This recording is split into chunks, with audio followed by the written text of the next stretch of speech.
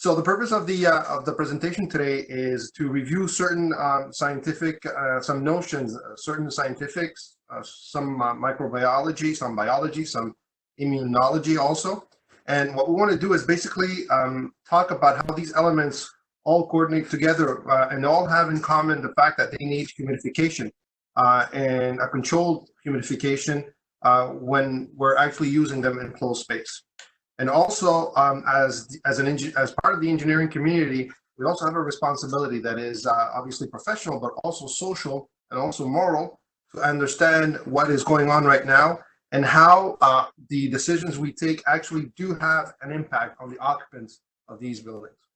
So what we're going to be talking about today is basically very quickly reviewing the different notions between what is a micro, what is a virus, what is a bacteria. We're also going to be talking about mucus. I know there's probably some more interesting topics to actually address, but it is part of what we need to understand in order to understand also at the same time how our body is fighting back. We will also be talking about the impact of the COVID-19 and understand the respiratory epithelium. We're also going to be talking about humidity and our cilia hairs that we have on that tissue, on that layer of tissue of the epithelium, and see how actually there is a balancing act between these two things. We're also going to show to you guys where to access real scientific research that is totally pertinent with regards to the impact that humidity has on public health.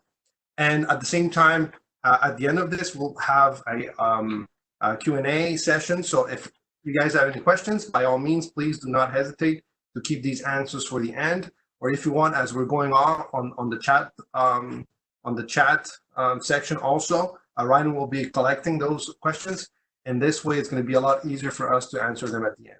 All right, so let's begin.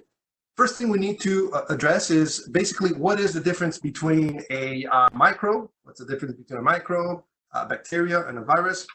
The first thing we need to say is that microbes are a family of different types of pathogens, and within these pathogens, this is where we find two of them that we're going to be concentrating ourselves on, the bacteria and the viruses.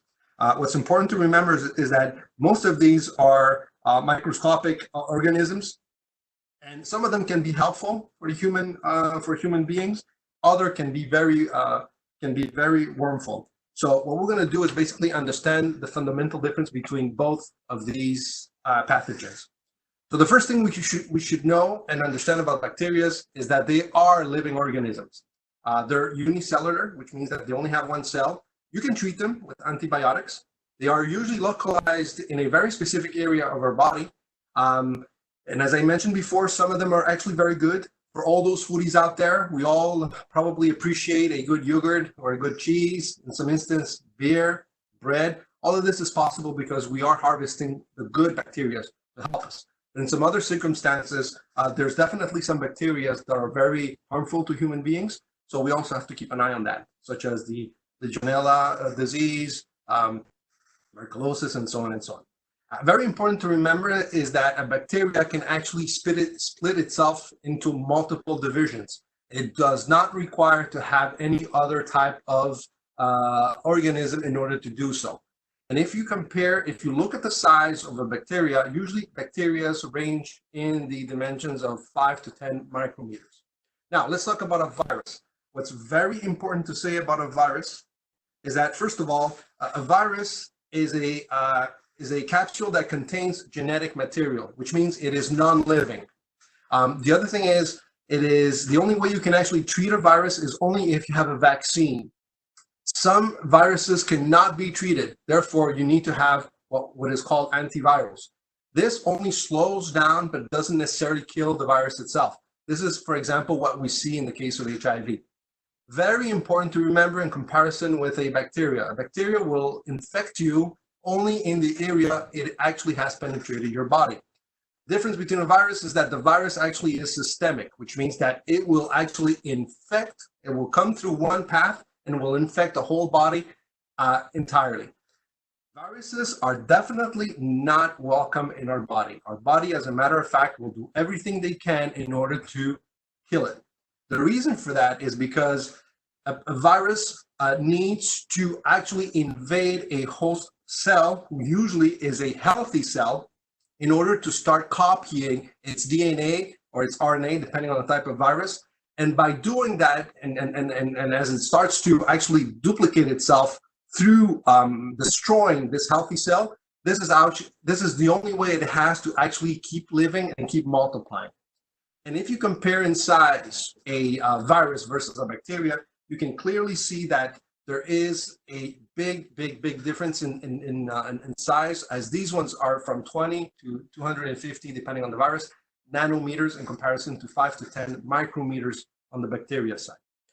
So now that we understand the difference between these two, what would be interesting for us to do is to basically go back to Biology 101 that we probably have done in high school or in college, and actually address now the functions of our body and understand how our body actually fights back. We basically have three lines of defense in our body. The first one is the very obvious one, which is basically the skin membrane. And then we also have what we call the mucous membranes and all the different secretions that the skin actually can do. That's the first line of defense. Usually, the medical field does not intervene too much at this level, except to maybe have some creams that can basically just remove any bacteria that could have infiltrated. But as far as actually doing anything about it on the first layer, medicine will usually start to get involved once it hits the second line and the third line of defense. Now, speaking of which, when we actually talking about the second line of defense, this is when where we have the phagocytic white cells, which are basically the cells that actually ingest any harmful foreign particles that we may have, and they're also part of that family of immunity fighters that we have in our system. And then you obviously have the antimicrobial proteins that our body will generate. You also have the inflammatory response, which a lot of times can be very aggressive, and this is one of the things that that the medical field is always trying to control whenever there's a infection. And then the third line of defense are the antibodies and the lymphocytes, who are basically the natural killer cells that we have in our system. And these are somewhat of a subtype of white cells that we actually have. So looking at the skin itself, what we have to recognize about our skin is that our skin actually is what we call the external shield that our body has to protect ourselves against any external intruder. Now, if you compare that to the mucous membranes, you will actually realize when you're looking at this slide that they both pretty much have the same type of construction. They're part of what we call these tissues that are called the epithelial tissues that we'll be talking later on. But one thing that is very important to keep in mind is that in order to have any of these tissues of our body healthy, one thing is common for them to actually be able to protect us and do what they're supposed to do: humidity.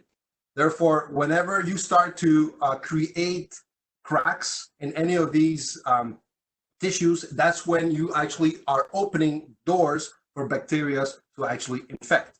So what's important to remember at this point, if we start to tunnel down towards the virus itself, and we start to realize we need to understand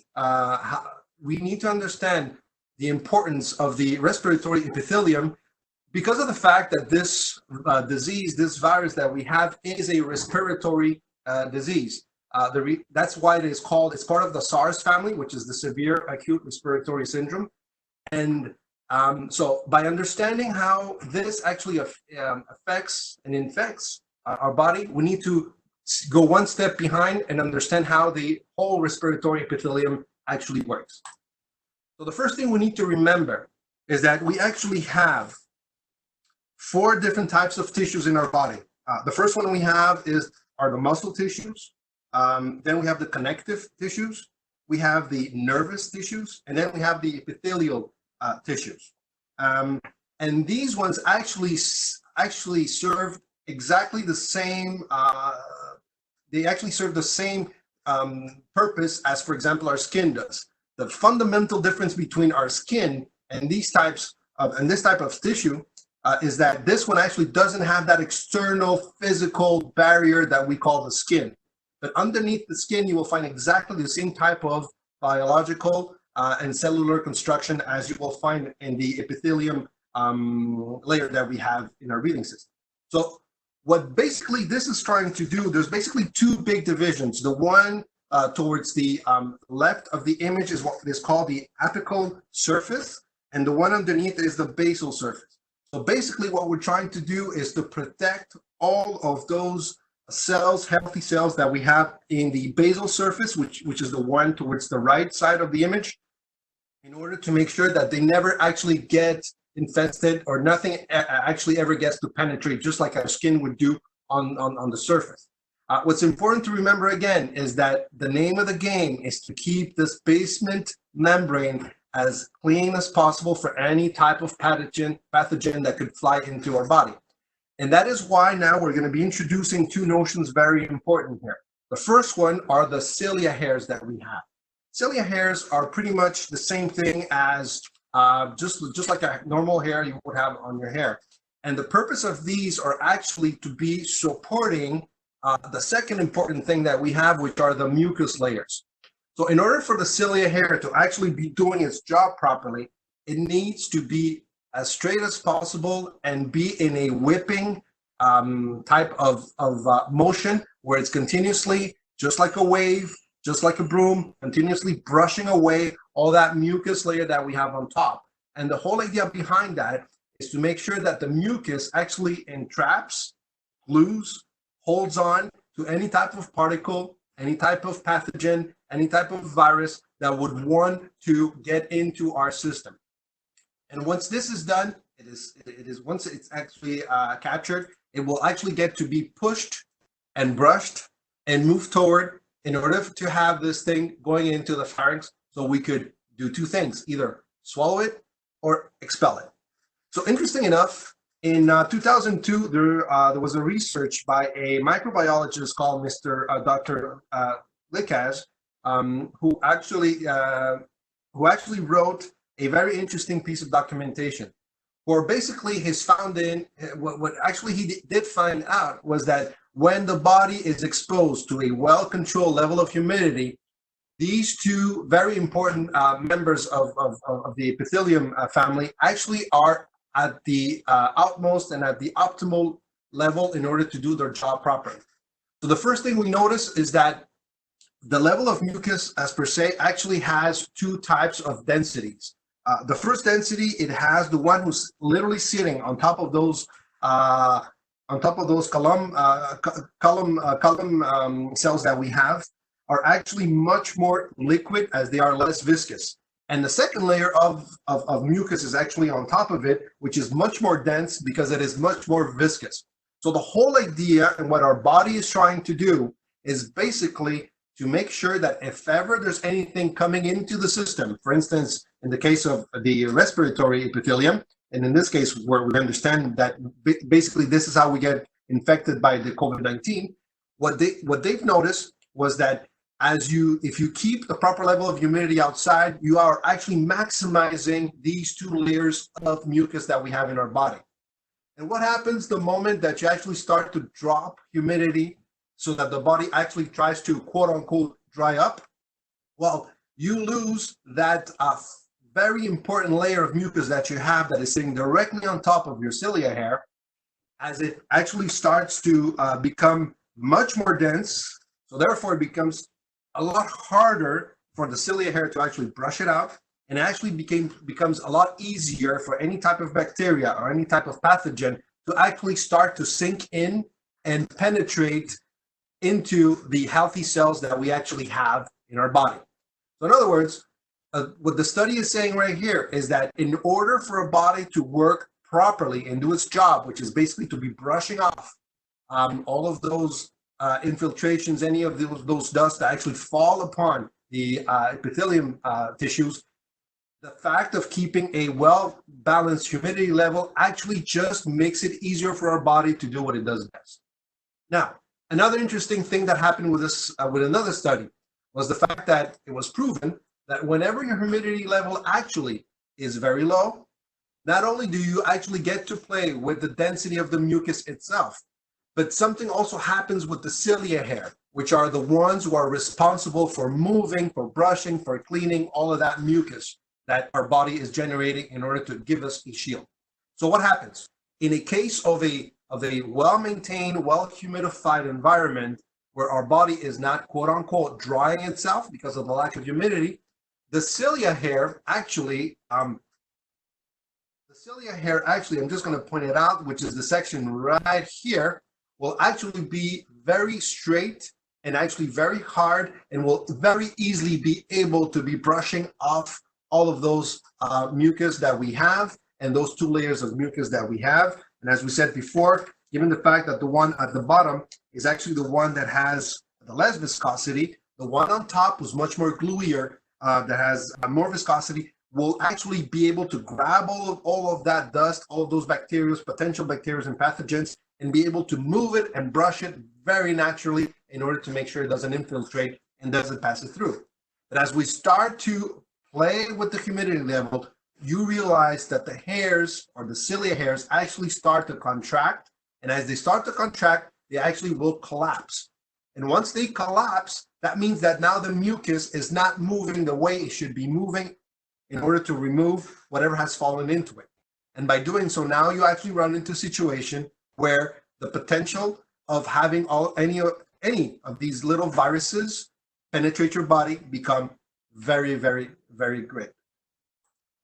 And just to show you a little video of how the cilia hair actually get to work, this video is about roughly about 10 seconds. The first 5 seconds is where you will see the cilia hair actually doing their job, where they're basically brushing, whipping, just like a field of wheat when the wind's blowing to them, and just whipping and cleaning that mucus and trying to push it out as much as it can. And the second part of the video, you will see what happens when they collapse and they literally look like they're whipping, but in reality, they're just trying to move, but they can't because they have crushed down.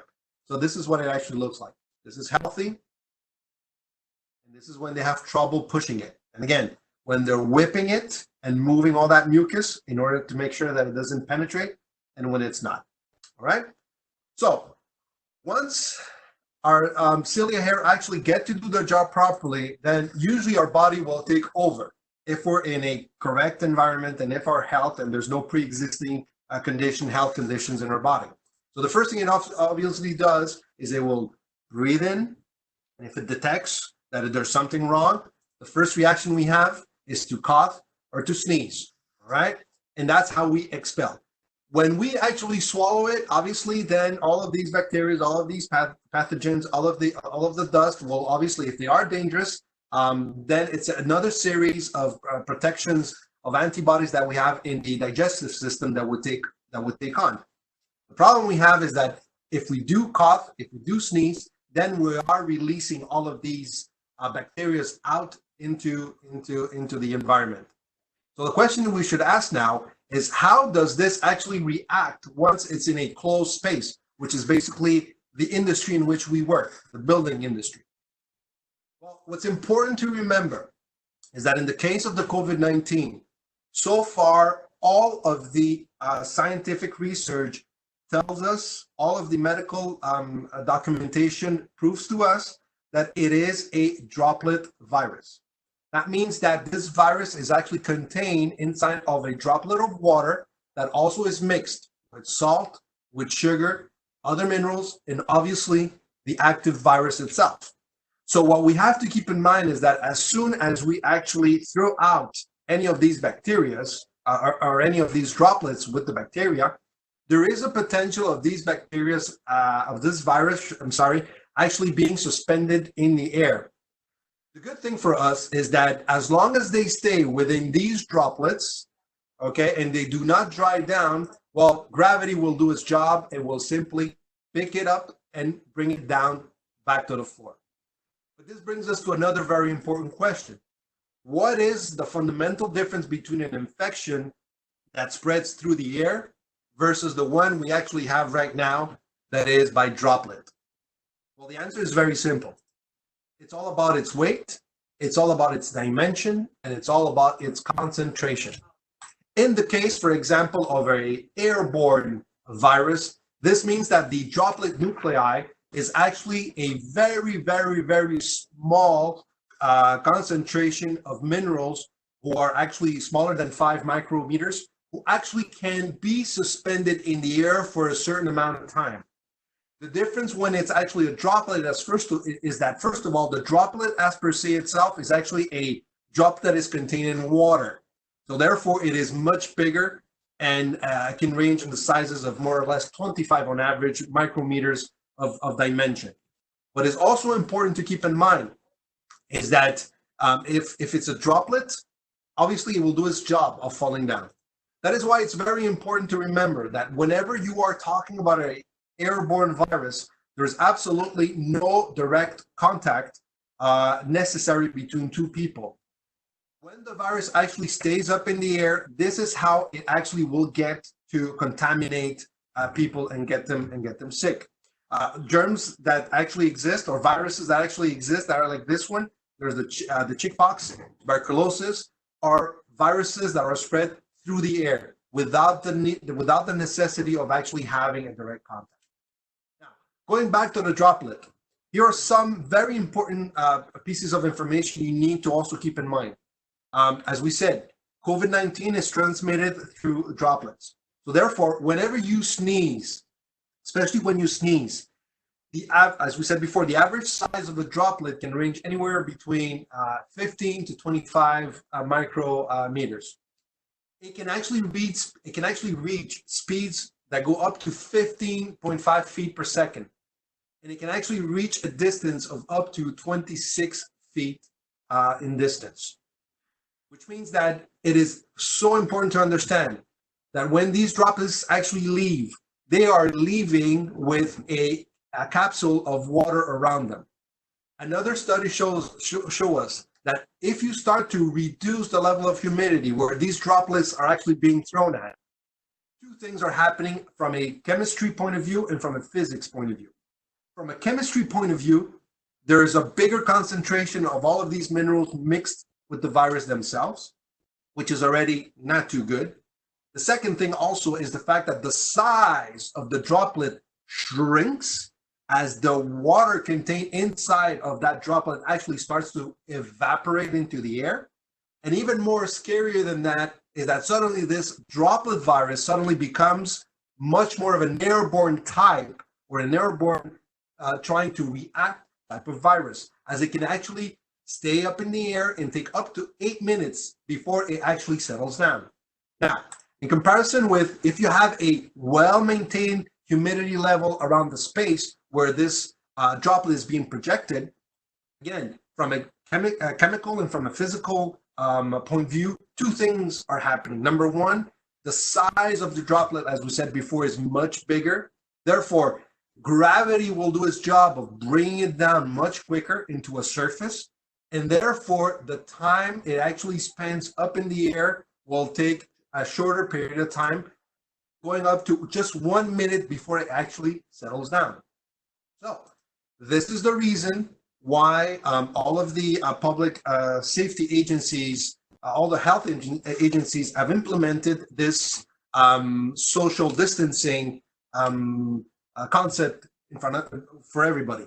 Because as long as you can keep a safe distance from that person, whenever we are talking, whenever we're pronouncing some very specific sounds, such as, for example, the P, the T, the F, or when we're simply coughing or sneezing, or there's some splutter coming out of our mouth, this is how the droplets actually will be able to infect us. But now we also have to understand that since gravity also takes a hand into this equation, now these droplets that normally are contained in a quote-unquote proper environmental environment, they will also have a tendency of falling and touching on any type of surface, which now will take us to the next question. How long can a virus actually live on a surface? Well, based on the information that the New England Journal of Medicine has provided us with, depending on the type of surface itself, a virus can very easily live up to 72 hours and could be contagious up to 72 hours after it has actually left somebody who has been infected.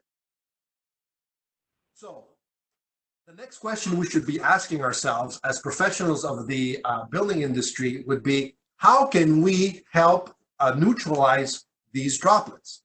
Well, again, study shows us very well, a lot of scientific research out there tells us how to actually do it. And one of those very important researches was actually done by ASHRAE themselves. So in the HVAC System and Equipment book, chapter 22, by Sterling and Arundel, we have a beginning of an answer to that question. And what all it's about is as simple as this.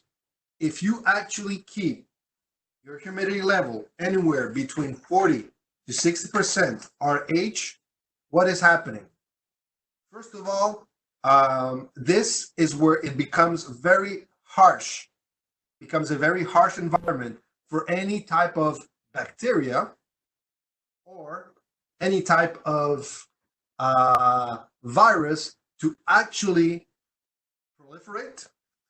And this is where the rate of decay is the highest. And this is where you can actually have them start to disappear once they land on a given surface. What's important to keep in mind here is that this study that, as I said, is found in the ASHRAE book, is something that not only tells us that that is the area where you should try to maintain humidity, but on top of that, this is the area where you actually are providing a safe environment for human beings to actually be making sure that the environment itself will force and will speed up the process of decay of any virus or any bacteria. Another important point that was mentioned is that if you keep 50% humidity, this is the rate where certain organisms is at its highest. The rate of these pathogens is at its highest. And also in the same chapter, it also tells us that in the ranges of humidity of around 55%, this is, for example, where the pneumococcus bacteria will actually have its fastest rate of decay in a very short period of time.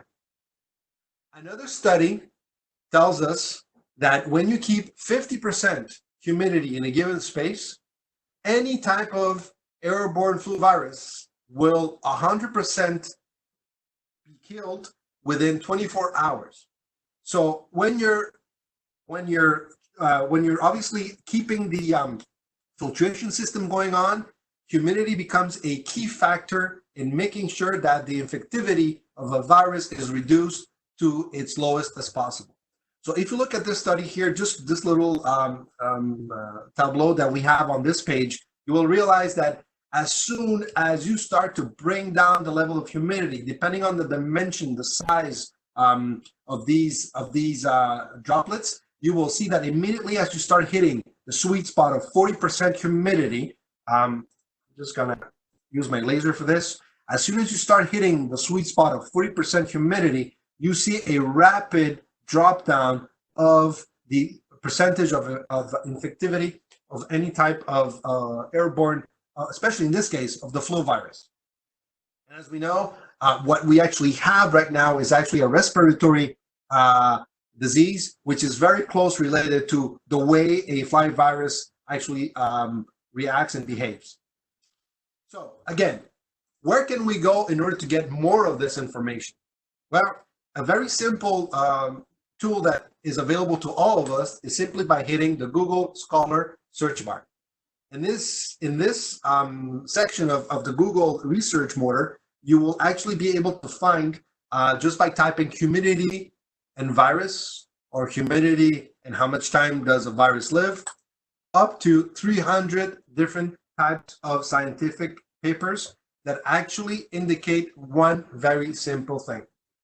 There's a correlation between maintaining humidity and not providing the environment for viruses to actually keep being infectious.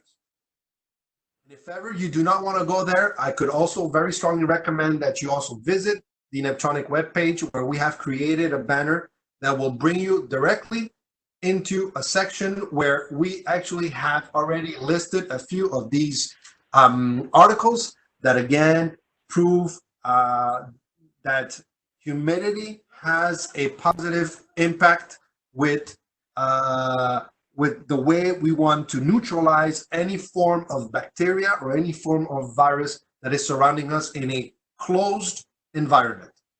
Neptronic also has done a lot of effort, has put a lot of energy into also pointing out all the other different types of controls and different types of equipment that we actually have that are that can be used during this period of pandemic.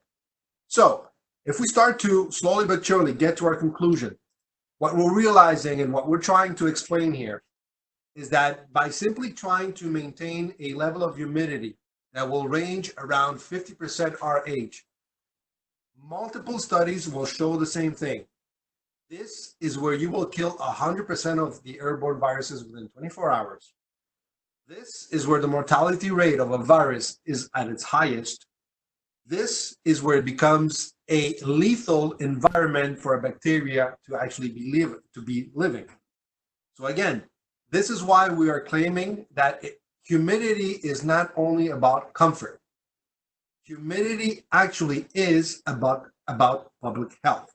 And that is why we do have, obviously, a responsibility as professional to, yes, protect the general public.